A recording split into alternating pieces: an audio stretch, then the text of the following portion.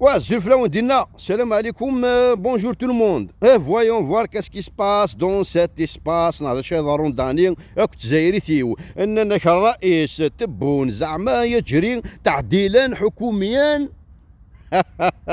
انهاء مهام كمال رزيق. لا لا لا لا qu'est-ce qu'on a rigolé avec lui, qu'est-ce qu'on a rigolé avec lui. Et dites-moi pas que c'est pas vrai, ils l'ont enlevé comme ça du jour au lendemain. Et comme par hasard, si au lendemain d'une déclaration إثمثن تزرى ماك ينايك باللي سيتادير وكين ذا نغلف الطرفان دو كان سوالي ملك سنغلف الطرفان دو ينايك باللي المواد الغذائية الواسعة الاستهلاك ستكون متوافرة خلال شهر رمضان. داير جو مسيو بيرمي ما اون بتيت بلاك ني غاون. C'est un communiqué ministériel زمر ما تشم رمضان باسكو لو موايا اكسبسيونيل الى وين تشم كونترارمون 11 وكورني قادن اكل 11 وكورن ادي تدون دونك au lendemain سوتينت نحاوه ils l'ont enlevé. Dites-moi pas que c'est pas vrai et dites-moi pas que je rêve.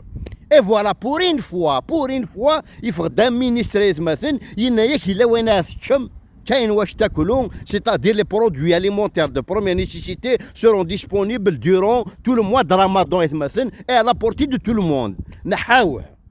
Dites-moi ثورا واش ناكلو واش نطيبو خلال شهر رمضان هذيك. واش ناكلو واش نطيبو واش تاكلو واش طيبو. طيب زيتوني مثلا سي با une blague, c'est pas une farce. طيب زيتوني in ثورا que c'est une coïncidence avec le nom. Non, ils font exprès la République bananière. ايا ونضحكوا كاع طيب زيتوني. واش نطيب؟ طيب زيتوني. اي كوم بارازار جو مابيل زموه.